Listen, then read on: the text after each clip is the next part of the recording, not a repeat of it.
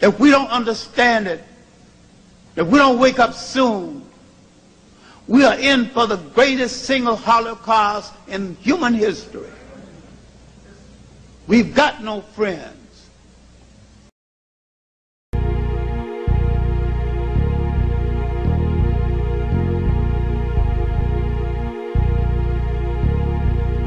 To give you a very brief overview of why we're here. We've put together a documentary specifically to discuss something that's never been talked about before in documentary form, specifically the socioeconomic progress, or lack thereof, of black people in America. And there's no way we could talk about this without talking to the godfather of black economic progress, and that's you. I've got one question that I came 1,500 miles to ask you. The question is, Dr. Anderson, after 150 years after the Emancipation Proclamation, 50 years after civil rights, after the NBA and NFL and rap music and everything else, and Oprah and Barack Obama, sir, why are we the poorest people in the United States? And now, an exclusive first look at the upcoming documentary, 7 a.m. We are that age, those children who we were supposed to reap all the benefits of integration. Dr. Anderson, I'm 36 and I'm telling you, I don't see where those benefits were. The generational wealth, the legacy, the institutions, the organizations that white kids have or even Asian kids have. I have never had access to any of those kind of things. There's never been a similar type of structure for me. What happened to our inheritance? You don't have an inheritance. That's what I meant.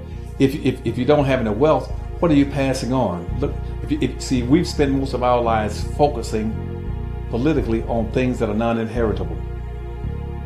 See, when the civil rights movement started, you talking about your integration years. Is you a product of an integrated generation?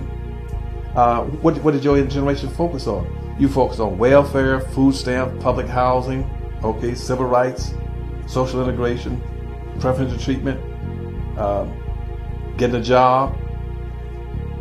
How do you inherit those things? What is there to inherit? And a typical white person right now, as an example, wealthy, they live off 87% of their income comes from unearned income. They're getting it from unearned income. They're getting it from Wall Street, from the stock markets. They're getting it from rental payments for property owned. They're getting it from trust accounts. They got unearned income coming in. Where is your black unearned income? What's that going to be? Food stamp, welfare, unemployment compensation? Where are you going to get unearned income from? And they keep telling every black generation, integrated generation, that you've inherited something. What have you got to inherit? What black family is passing on any resources, any wealth to their children? So that means that. So what I'm saying then is that every white child, at birth, he hits this earth, in his community, in his church, in his family, in his neighborhood, in his school, in his race, with 87% of what he needs to be successful in life. He can reach out, unlike you just said, at any time and touch what he wants. He can go down the street and find banks. He can go find people that's in business. He can get cousins and relatives as professional people. He can touch it anytime he wants to. The average white kid comes in with 87% of what he needs. You as a black person, you come in with zero. You come in with zero.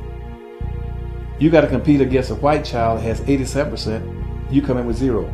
So what they're going to tell you is that that's okay. You just got to run fast and jump higher. And that's not fair to black children. Black people have to learn that you got to start developing wealth and resources and pass it on to these children so they can be at least competitive, and quit focusing on this waste of time stuff about something that's irrelevant that you can't measure. Oh, I'm leaving my kids some hope. I'm leaving him with a good mind. I'm giving him with the blessing of a family. Now, all that stuff. No, he needs something to compete against that guy that got 87%.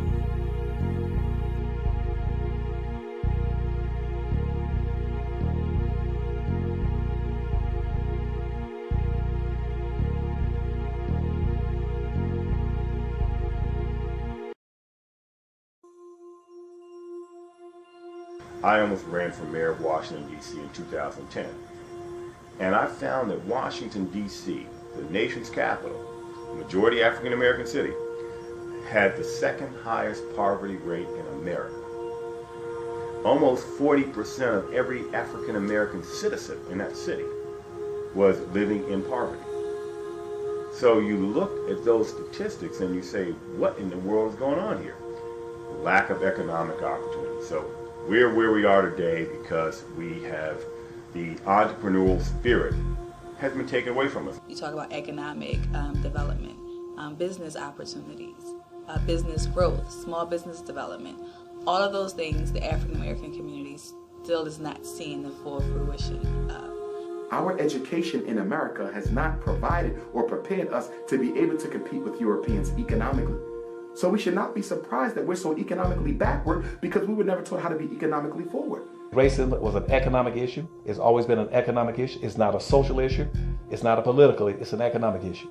I'm Madam C.J. Walker's great-great-granddaughter. I grew up in the hair care business with both parents working in hair care. Capitalism means learning how to own and control the land, resources, and businesses, and use other people's labor to enrich yourself. It was terrible for the Negro Leagues. Integration is terrible for the Negro Leagues. It's about ownership of assets, and that's where real wealth is created, and that's where real power is created. And it's not social integration, it's not civil rights that determines your opportunities, your equal opportunities, or your competitiveness. It's what you own and control in terms of vital resources. That's what determines what you're going to get in this world. We are being faced with economic annihilation, which is why if we don't come together and unify as a people, it's only a matter of time before there might not be too many African Americans left in this country. The fight today is not for equal rights. It's for equal economic empowerment.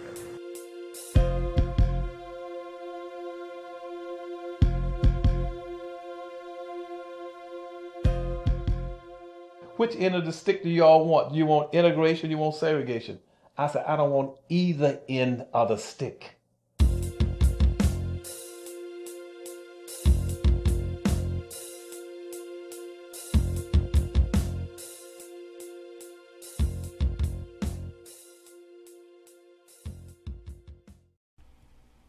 Hello, I'm Jason Black, creator of the documentary 7 a.m. People have asked why I did this documentary. Well, the answer is very simple.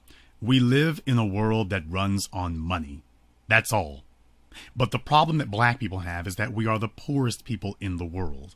And there's a simple reason for that. Because we do not have our own businesses. Now, we've been fed a lie for the last 150 years since we were migrated off of the plantations. The lie that we have been fed is that money doesn't matter, not where we're concerned. Now, for everybody else, money matters, but for black people, there's something more important than money. That's what we've been told. We've been told that we need to focus on education. We need to focus on civil rights. We need to focus on integration or our lack of proper religion. That's what we have been told. But the simple truth is that if you don't own businesses, you're not a producer.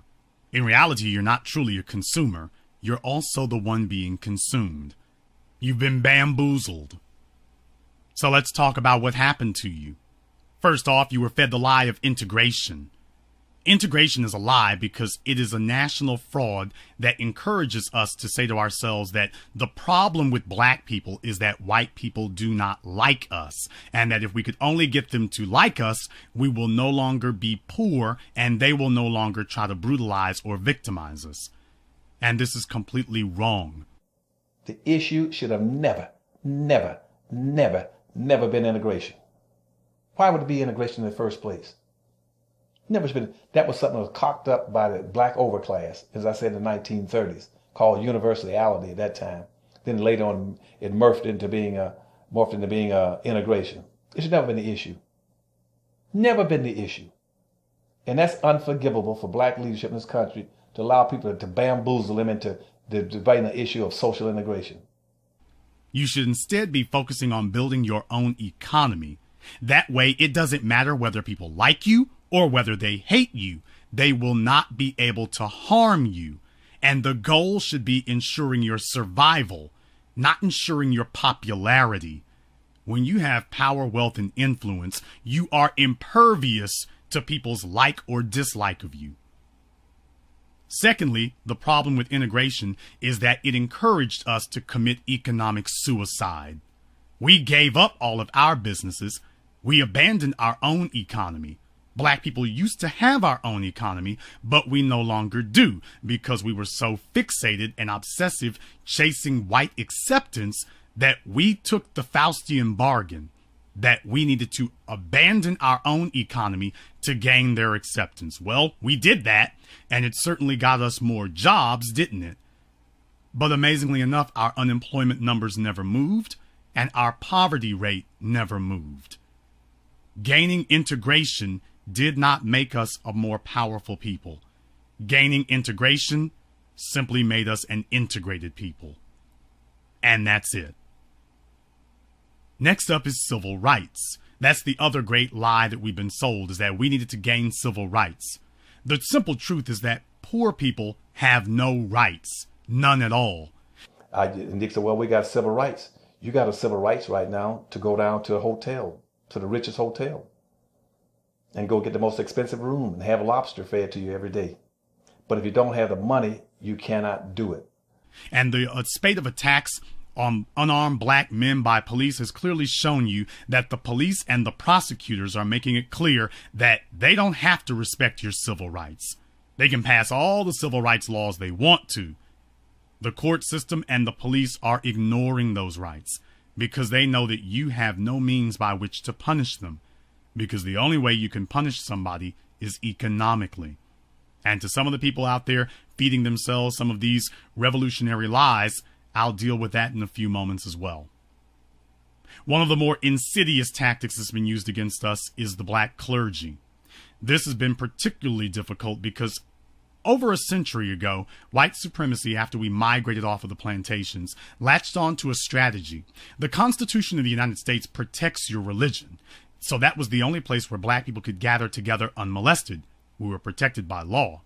So white supremacy said, if we cannot attack them from the outside, let's attack them from the inside. They went on a campaign to buy off every single one of our black pastors in America and tell him that he can get acceptance. He can come to City Hall. He can come to the balls. He can show up at all these places and become a prominent black citizen. Prominent defined as accepted even within white circles, accepted in quotations, so long as he only preaches a specific type of gospel and doesn't get off into any talk of black people becoming self-sufficient. As long as you preach to your people pie in the sky and heaven in the hereafter to be happy slaves toiling away at our corporate plantations, then you will remain a good citizen. But if you don't do that, you'll see our dollars going to somebody else. We'll support somebody else's soup kitchen and somebody else's daycare at another church who does decide to play ball. And guess what? Your black clergy, which has been the birthplace of many of your so-called civil rights leaders, they abandoned any talk whatsoever of black people owning our own economy. If you hadn't noticed, your black preachers and pastors on television and making millions of dollars on their books, do you notice that they talk about money all right, but they tell you that the way to get money is to pray for it? They never tell you that you should pray to God to help you to build a business. They tell you pray to God that money will fall from the sky. And absent money magically appearing from the sky, they tell you pray to God for a job from the very people who are oppressing you. You see, that century-old investment that they made into the black clergy has paid off in dividends. So why is it that black people have accepted this? There's two main reasons that are motivating it. Number one, black people are afraid. The simple truth of the matter is that white supremacy broke black people. It broke our will to fight. Like a boxer who realizes he can't beat his opponent, black people are no longer trying to win the game. Black people are no longer even trying to survive. They're just trying to exist at this point, and hoping that today will not be the day that Darren Wilson or Daniel Pantaleo shows up for them. So we teach our children to keep their heads down, to bow down, don't make any waves, and hopefully staying poor and impoverished will prevent you from being a target. We've given up on the idea that our children should have a life worth living. We've simply told them exist. The second reason is because black people have developed a social psychological attachment to the dominant society. Ever since slavery ended, at least on the plantation level, black people have become psychologically fixated on getting white society to say the words. We want them to physically say the words, "You are our equal." And as long as they don't say that, we go through every day feeling like just half a person. And that's why we don't build our own businesses. Because you see, if we had our own economy, we would no longer have to get validation from the dominant society. And we want that validation. Like a spiteful ex-wife who wants to see her husband admit that his life has gone to pot without her. We want to hear white society admit that we really were their equals and that they were really wrong for what they did. The reason you integrated is because black people, post-traumatic slavery disorder, going back to the antebellum days, have always felt inferior to white people because they conditioned us to believe so. And we couldn't wait to prove to them and to ourselves how equal we were. And so when the opportunity to integrate came, our low racial self-esteem dictated that we vacated what we had and integrate what he had because we had always wanted his acceptance. No wonder they don't give it to us. Because as long as they don't say that, they keep us chasing that carrot on a stick. And all we keep getting is the stick.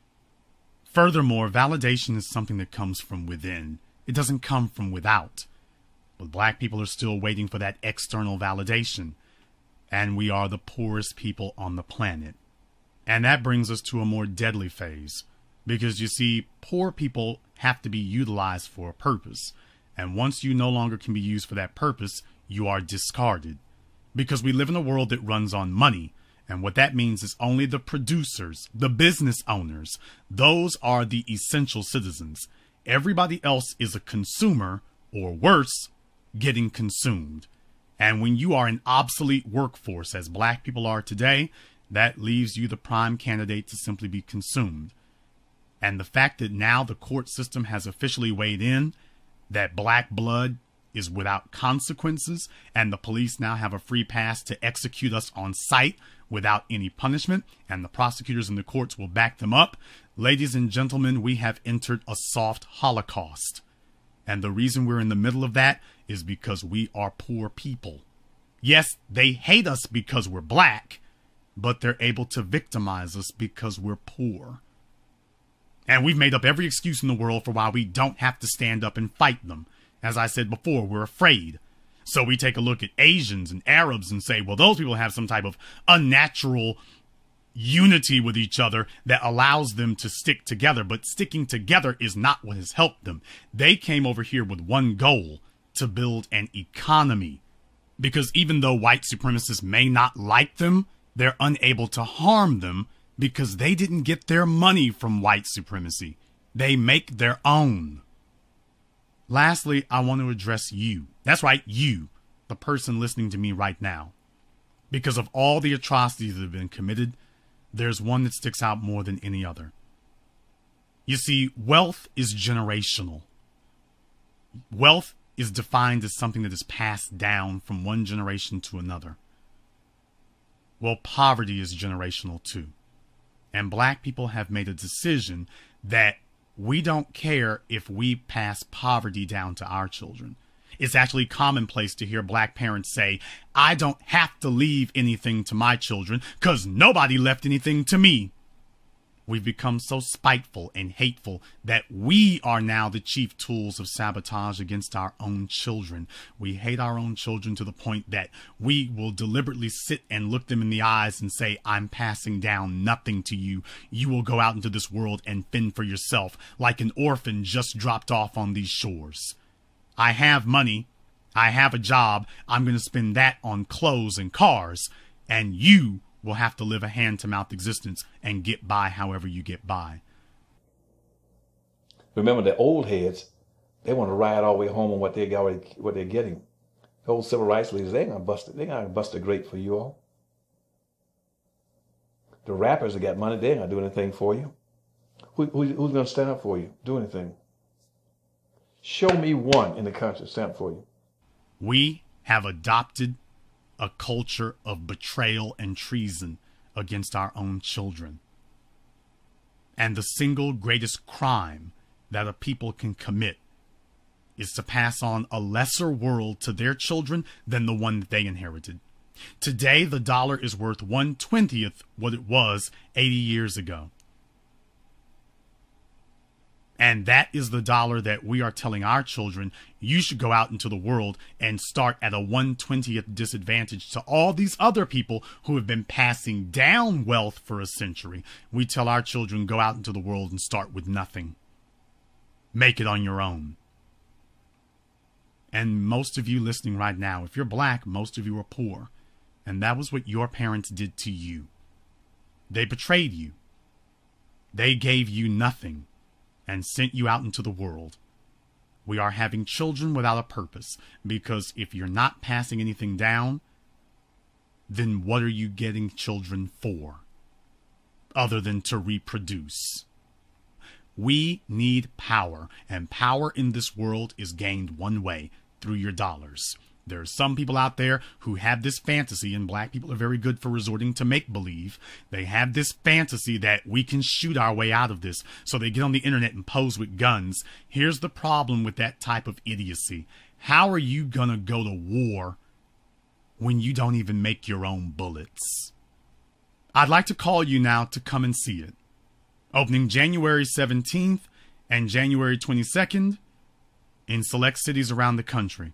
I would like to invite you to come and see 7 a.m. Not so we can have a pity party. That's not what the documentary talks about, and that's not what it discusses. Not so we can sit up and talk about the problems, but so that we can finally address what is the solution.